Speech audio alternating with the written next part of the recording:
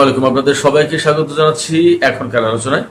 আপনাদের সঙ্গে আছি আমি সিরাজুল ইসলাম। অনেকগুলো খবর আছে, ছোট ছোট করে যদি বলি তাহলে বলতে হবে একটা গুরুত্বপূর্ণ রিপোর্ট আছে। মার্কিন এনবিসি টেলিভিশন জানিয়েছে ইরানের হামলায় আমেরিকা আসলে নজিরবিহীন ক্ষতির মুখে পড়েছে। এতদিন যে সমস্ত কথাবার্তা বলা হয়েছে, ক্ষয়ক্ষতির পরিমাণ তার চেয়ে আসলে অনেক অনেক বেশি। এবং সবচেয়ে গুরুত্বপূর্ণ তথ্য হচ্ছে যে ইরানের সাথে আমেরিকা ইসরায়েলের যে যুদ্ধ হয়েছে, এই যুদ্ধে সবচেয়ে মারাত্মকভাবে ক্ষতিগ্রস্ত হয়েছে সিআইএর কেন্দ্রগুলো, বিমান, তারপরে আদার যে সমস্ত যা ক্ষয়ক্ষতি হয়েছে। কিন্তু মধ্যপ্রাচ্য জুড়ে আমেরিকার যে সিআইএর কেন্দ্র, গোয়েন্দা সংস্থার কেন্দ্র যেগুলো একেবারে তছনছ করে দিয়েছে। বলা হচ্ছে যে আমেরিকার ইতিহাসে এইরকম বড় ক্ষতির মুখে আর আমেরিকা কখনো পড়েনি। এদিকে মার্কিন পররাষ্ট্রমন্ত্রী মার্কো রুবিও বলেছেন যে তারা এখনই ইরানে আর কোনো হামলার পরিকল্পনা করছে না, বরং তারা ইরানের বিরুদ্ধে নিষেধাজ্ঞা আরোপ করে ইরানের উপরে বড় রকমের চাপ সৃষ্টি করতে চান। এই যে আমেরিকা বলছেন যে তারা ইরানের উপরে আর এখনই কোনো যুদ্ধ বা আগ্রাসন চালাতে চান না, এই কথার ভেতরে অর্থাৎ এই কথার পেছনে অন্য কোনো আলাপ আছে কিনা। কিন্তু ইরান বলেছে যে আমরা আমেরিকার জন্য অপেক্ষা করব না, বা করছি বা কেন, আমরা আগে ভাগেই কেন মার্কিন অবস্থানে হামলা চালাচ্ছি না বা চালাবো না। তার মানে হচ্ছে যে ইরান সম্ভবত ভিন্ন কোনো পরিকল্পনা নিয়ে এগোচ্ছে। এপাশে মার্কো রুবিও বা মার্কিন প্রেসিডেন্ট ডোনাল্ড ট্রাম্প বা মার্কিন অর্থমন্ত্রী স্কট বেসেন্ট তারা যতই বলুক যে আমেরিকার পক্ষ থেকে নতুন করে যে প্রলয়ঙ্কারী নিষেধাজ্ঞা আরোপ করা হয়েছে তাতে ইরান একেবারে শেষ হয়ে যাবে, ব্যাপারটা কিন্তু সেরকম কোনো ইঙ্গিত পাওয়া যাচ্ছে না। কারণ এরই মধ্যে চীন পরিষ্কার করে বলেছে তারা এই নিষেধাজ্ঞাকে মেনে নেবে না, মানবে না, কারণ এটা একতরফা নিষেধাজ্ঞা আমেরিকার পক্ষ থেকে, এর আন্তর্জাতিক আইনের কোনো ভিত্তি নেই। অর্থাৎ জাতিসংঘ বা আন্তর্জাতিক কোনো সংস্থার পক্ষ থেকে ইরানের বিরুদ্ধে এই নিষেধাজ্ঞা দেয়া না। ওপাশে কাতার বলছে যে তার পক্ষেও এই নিষেধাজ্ঞা মেনে নেওয়া বা নিষেধাজ্ঞায় সহযোগিতা করা সম্ভব হবে না। ইরানের সাথে মোট 15টা বা 16টা দেশের সমুদ্র পথে যোগাযোগ অথবা ভূমি পথে যোগাযোগ, অর্থাৎ ল্যান্ড বর্ডার অথবা সি বর্ডার, ইরানের আশপাশের যে সমস্ত দেশ, তার ভিতরে 8টি দেশ ইরানের এই নিষেধাজ্ঞায় সহযোগিতা করবেন, অর্থাৎ আমেরিকার পক্ষে যাচ্ছে না তারা। আর 8টা দেশ হয়তো নিষেধাজ্ঞা নানান কায়দায় মেনে নিতে পারে, অর্থাৎ আমেরিকা যা বলছে তাই হয়তো শুনতে পারে। এর মানে হচ্ছে মার্কিন প্রেসিডেন্ট ডোনাল্ড ট্রাম্প সরাসরি এই নিষেধাজ্ঞা বাস্তবায়নের ব্যাপারে চ্যালেঞ্জের মুখে পড়লেন। তাহলে আমেরিকা কি করবে? এই জায়গায় তারা ইরানের সামনে টোপ দিচ্ছে যে হরমুজ প্রণালী খুলে দিলে এ সমস্ত সবকিছু চলে যাবে। অন্যদিকে হরমুজ প্রণালী নিয়ে ইরানের সর্বশেষ যে অবস্থান সেটি হচ্ছে হরমুজ শুধুমাত্র তখনই খোলা হবে যখন মধ্যপ্রাচ্যের সমস্ত যুদ্ধ বন্ধ হবে, মার্কিন নৌ ব্লকেট যেটা আছে সেটা তুলে নেওয়া হবে, এবং ইয়েমেনের যে সমস্যা, এই সমস্যার একটা সমাধান করা হবে। আগের যে নতুন আরো কিছু যুক্ত হয়েছে, তার মানে আমেরিকা হরমুজ প্রণালী খোলার ব্যাপারে নতুন নতুন শর্তের মুখে পড়ছে। অন্যদিকে হরমুজ প্রণালী কিভাবে খোলা হবে তার একটা রোডম্যাপ, তার একটা কাঠামো দাঁড় করিয়েছে ওমান এবং ইরান। কি সেই কাঠামো? সুপ্রিয় দর্শক, আজকের ভিডিওতে এই বিষয়গুলো নিয়ে মোটামুটি বিস্তারিত আলোচনা করার চেষ্টা করব। এর সাথে খুবই গুরুত্বপূর্ণ একটা ব্যাপার থাকবে, সিআইএ প্রধান কেন রাশিয়াতে এসেছিলেন। আমরা আজকে দুপুরে ভিডিওতে বলেছিলাম সিআইএ প্রধানের রাশিয়া সফর সম্পর্কে, কেন এসেছিলেন তার আরো কিছু কারণ। ওয়াল স্ট্রিট জার্নাল, আমেরিকার ওয়াল স্ট্রিট জার্নাল খুব গুরুত্বপূর্ণ পত্রিকা, আপনারা সবাই হয়তো জানেন, খুব প্রভাবশালী পত্রিকা। সেই পত্রিকার বরাত দিয়ে কিছু কারণের কথা উল্লেখ করা হয়েছে, আমি আপনাদের সামনে তুলে ধরব। আশা করি আলোচনা ভালো লাগবে এবং আপনারা শেষ পর্যন্ত সঙ্গে থাকবেন। আর আলোচনা যদি ভালো লাগে তাহলে লাইক, কমেন্ট, শেয়ার করবেন এবং চ্যানেলটি সাবস্ক্রাইব করে সাথেই থাকবেন। দর্শক, চলুন আমরা বিস্তারিত আলোচনা করি। প্রথমেই যে আলোচনা করতে চাই সেটি হচ্ছে যে মার্কিন এনবিসি টেলিভিশন, খুব গুরুত্বপূর্ণ একটা নামকরা টেলিভিশন, এই এনবিসি টেলিভিশনের পক্ষ থেকে একটা রিপোর্ট করা হয়েছে। সেই রিপোর্টে বলা হয়েছে যে ইরান, ইসরায়েল এবং আমেরিকার মধ্যে গত 6 মাস ধরে যে যুদ্ধটা চললো কম বেশি করে, একটানা 40 দিন, তারপরে তো মাঝে মাঝে যুদ্ধ হলো। সেই যুদ্ধে আমেরিকা ইতিহাসের নজিরবিহীন ক্ষতির মুখে পড়েছে। খেয়াল করুন, শত শত কোটি ডলার ব্যয় করেও এইগুলো ঠিকঠাক করা, পুনর্নির্মাণ করা, রিবিল্ড করা সম্ভব হবে না। এর ভিতরে সবচেয়ে বেশি ক্ষতিগ্রস্ত হয়েছে, আমি আগেই বলেছি, যে মধ্যপ্রাচ্য জুড়ে বিভিন্ন জায়গায় সিআইএর বিভিন্ন দপ্তর ছিল, কেন্দ্র ছিল, সেন্টার ছিল। এই সমস্ত সেন্টার, এই সমস্ত কেন্দ্র মারাত্মকভাবে ক্ষতিগ্রস্ত হয়েছে। খুবই দামি দামি হাইফাই, অত্যাধুনিক এবং সুরক্ষিত শক্তিশালী বিল্ডিং ছিল এ সমস্ত, বাট ইরানের ক্ষেপণাস্ত্র এবং ড্রোন হামলা এগুলো সব চুরমার হয়ে গেছে। অনেক কিছু আর পুনর্নির্মাণ করা যাবে না, আর অনেক কিছু পুনর্নির্মাণ করতে হয়তো পারবে আমেরিকা, বাট তার জন্য প্রচুর কাঠখড়ি পোড়াতে হবে, বহু অর্থ খরচ হবে এবং বহু সময় সাপেক্ষ ব্যাপার। এই ক্ষয়ক্ষতির ভেতরে যেমন আছে আমেরিকার বিভিন্ন রকমের গোয়েন্দা এবং নজরদারি বিমান, তেমনি যুদ্ধ বিমান, তেমনি রিফুয়েলিং ট্যাঙ্কার বিমান, তেমনি পরিবহন বিমান, তেমনি রয়েছে হেলিকপ্টার। আর ইরানের আকাশে মার্কিন বা ইসরায়েলি ড্রোন গেলেই তো সেটাকে খেয়ে ফেলেছে, বহু সংখ্যক ড্রোন। এর পাশাপাশি বাহরাইনে যে ৫ম নৌবহরের ঘাঁটি ছিল, সেই ঘাঁটিতে ক্ষয়ক্ষতির মাত্রাটা কি, এটা আসলে কখনোই আমেরিকা এগুলো প্রকাশ করবে না। কাতারের যে আল উদেইদ বিমান ঘাঁটিতে আমেরিকার সেন্টকমের যে সদর দপ্তর ছিল, সেটাই বা সরিয়ে জর্ডানে নিল, তারপরে সেখান থেকে এখন ডিয়েগো গার্সিয়া দ্বীপে নিয়ে গেছে। কোন অবস্থার ক্ষয়ক্ষতির মুখে পড়লে এগুলো করতে বাধ্য হয়? এবং ইন্টারেস্টিংলি বিষয়টা খেয়াল করুন যে এইগুলো ইরানি হামলায় ক্ষয়ক্ষতি হচ্ছে, এগুলো ঠেকাতে পারেনি আমেরিকা। আপনারা ভাবুন, ইসরায়েল এবং আমেরিকা, আমি সবসময় বলি, ইসরায়েল এবং আমেরিকা দুইজন মিলে ইরানের বিরুদ্ধে যুদ্ধ করতে নেমে যখন এইরকম ক্ষয়ক্ষতির মুখে পড়েছে, তাহলে তাদের নিরাপত্তা ব্যবস্থা আসলে ইরানের সামনে কতটা ঠুনকো। অনেকে অনেক রকম কথা বলে। এই কয়েকদিন আগেও আমাকে বলো, ভাই আপনি তো ফেসবুক দেখে কথা বলেন, আপনার এখানে তথ্য নেই, বাস্তবতার সাথে মিল নেই, এটা নেই সেটা নেই, বহু কথা। কিন্তু আপনারাই বলুন যে আমেরিকা যদি এইরকম অবস্থায় থাকতো, তাহলে কি তারা যুদ্ধ বন্ধ করতো? তারা হরমুজ খোলার জন্য এত এত তেলাতেলি করতো, এত পাকিস্তানের সেনাপ্রধানকে, পাকিস্তানের মন্ত্রীদেরকে এত অনুরোধ করতো, বারবার ইরানের কাছে যেতে বলতো যে তোমরা যাও, একটু আলাপ করো, হরমুজ খুলে দেওয়ার ব্যবস্থা করো। সব তো চোরবার করে দেওয়ার কথা। হরমুজ প্রণালীতে ইরান ঠেকিয়ে রেখেছে, তাদের ইরানকে চোরবার করে দেওয়ার কথা না। যারা বাস্তবতা জানে না তারা এই সমস্ত বাহুল্য কথা বলে। যাই হোক, আমি সেগুলোতে কিছু মনে করি না। তো আমি যেটা বলতে চাইছি সেটা হচ্ছে যে ইরানের হামলায় যে নজিরবিহীন ক্ষয়ক্ষতি, এই ক্ষয়ক্ষতিকে আসলে লুকাতে পারছে না আমেরিকা, এবং এটা প্রকাশও করতে পারছে না। আমি একটা কথা বলি, মার্কিন প্রেসিডেন্ট ডোনাল্ড ট্রাম্পের ভাগ্য ভালো যে সে আমেরিকার প্রেসিডেন্ট। সেই দেশের লোকজন এই সমস্ত কোথায় কি হলো না কেয়ার করে না। তাদের খাবার দাবার, তাদের মৌজ মাস্তি ফুর্তি, এগুলো সব ঠিকঠাক আছে কিনা, তারা তাদের জনজীবনে ভালো আছে কিনা এটাই দেখে। তাও তো ভালো নেই, ঝামেলায় পড়ে যাচ্ছে। কিন্তু তারা যদি বাংলাদেশ, ভারত, পাকিস্তান এই রকম কোন দেশের নাগরিক হতো, তাহলে ডোনাল্ড ট্রাম্পের এতদিন খবর ছিল, বিক্ষোভ মিছিলে অবস্থা খারাপ করে ফেলতো, এতদিন হয়তো তার পদত্যাগই করা লাগতো। যে ক্ষয়ক্ষতির মুখে পড়েছে আমেরিকার সামরিক বাহিনী মধ্যপ্রাচ্যে, এটা কোনো আবেগতাড়িত কথা না, বাস্তবতা।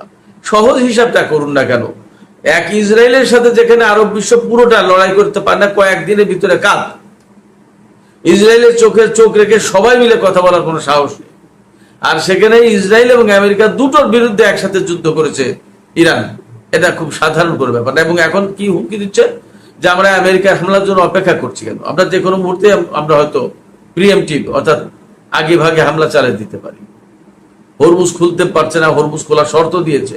যে হরমুজ খোলার একমাত্র শর্ত হচ্ছে এখন মধ্যপ্রাচ্যের সব জায়গায় যুদ্ধ বন্ধ করতে হবে, তারপরে মার্কিন নৌ অবরোধ তুলে নিতে হবে, ইয়েমেনের সংকটের সমাধান করতে হবে। বাস, ভাবেন একবার, তাহলে হরমুজ খোলা কি সহজ হচ্ছে আমেরিকার জন্য?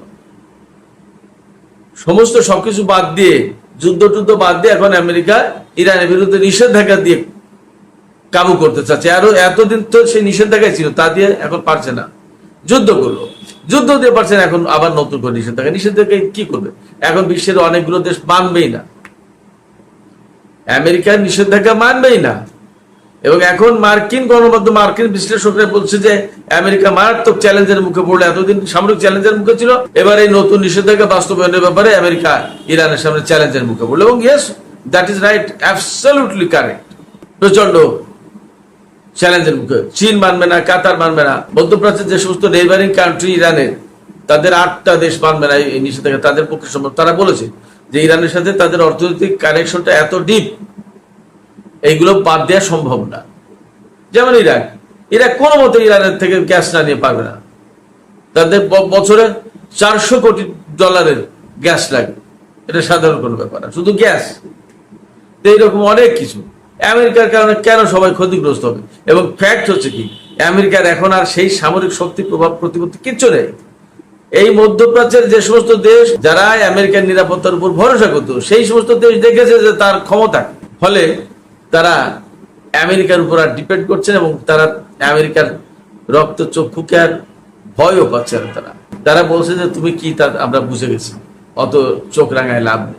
এইরকম একটা প্রেক্ষাপটে ইরানের সামরিক বাহিনী তাদের সামরিক সক্ষমতাকে এখন নতুন করে ঢেলে সাজাচ্ছে। কয়েকদিন আগে তো তারা ডিফেন্সিভ ডক্ট্রিন থেকে অফেন্সিভ ডক্ট্রিনে গেল।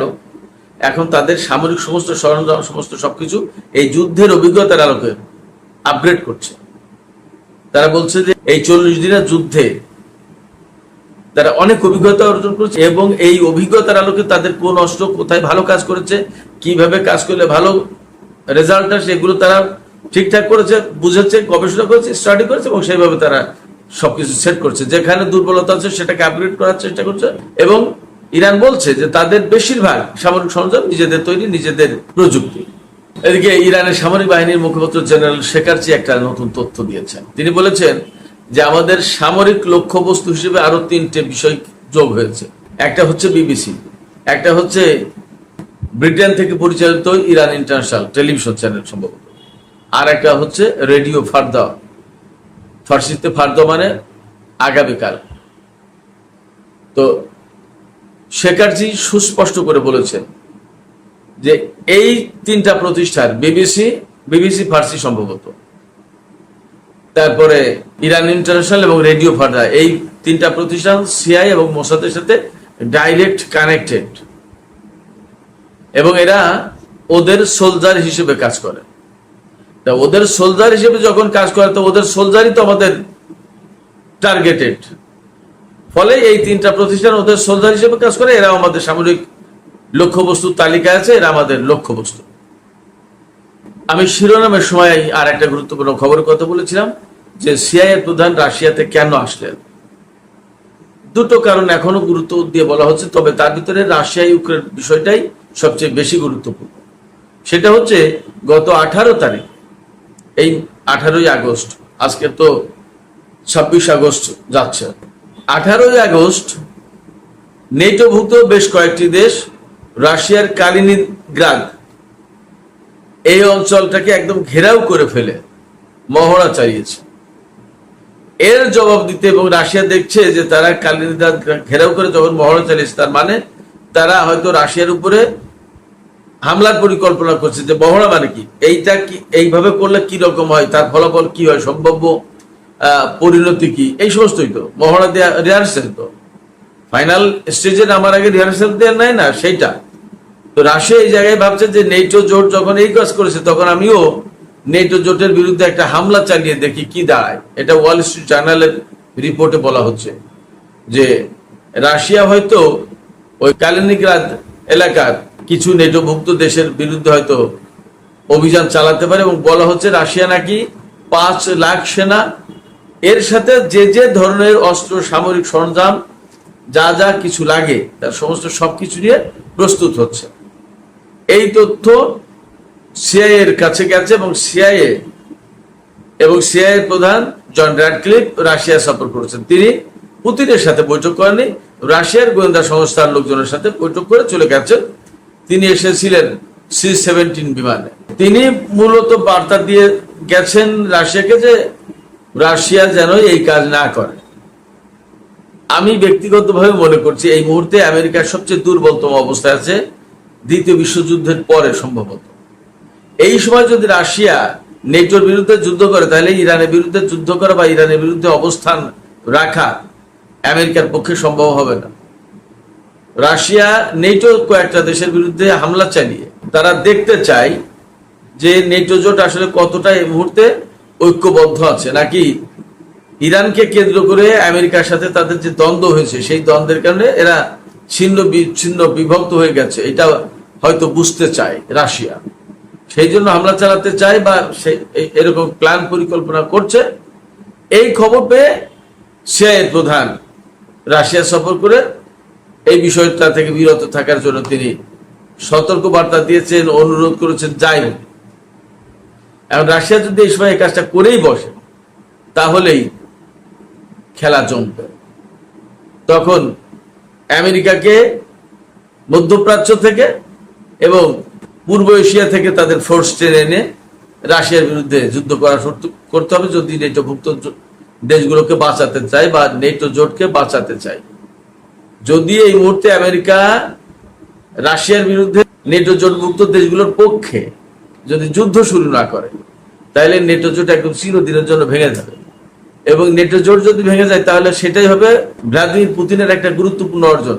কারণ ইউক্রেনের সাথে যে যুদ্ধ শুরু হয়েছিল তাতে মূল বক্তব্য ছিল রাশিয়ার প্রেসিডেন্ট ভ্লাদিমির পুতিনের যে ইউক্রেনকে নেটো জোটভুক্ত করে একেবারে রাশিয়ার দরজার সামনে নেটো জোটের সেনা মোতায়েন করার ব্যবস্থা করা হচ্ছে। এটা তো ঠিক হচ্ছে না।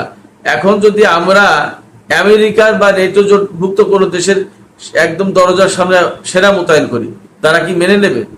তাই যদি না মানে তাহলে তারা নেটো জোটের সেনা এনে আমাদের দরজার সামনে মোতায়েন করবে, আমরা তা মেনে নেবো কেন?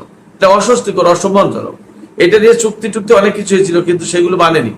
তারপরে একটা পর্যায়ে কিন্তু পুতিন হামলা শুরু করে দেয়। তাহলে কি দাঁড়ালো? ইউক্রেন নেটো জোটে যুক্ত হোক এটা পুতিন চায়নি বলেই তো এই যুদ্ধটা অ্যাকচুয়ালি।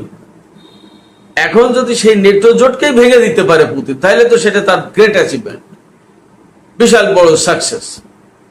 এই চেষ্টাটাই হয়তো করছে বা করবে। দেখা যাক আসলে পরিস্থিতি কোথায় যায়।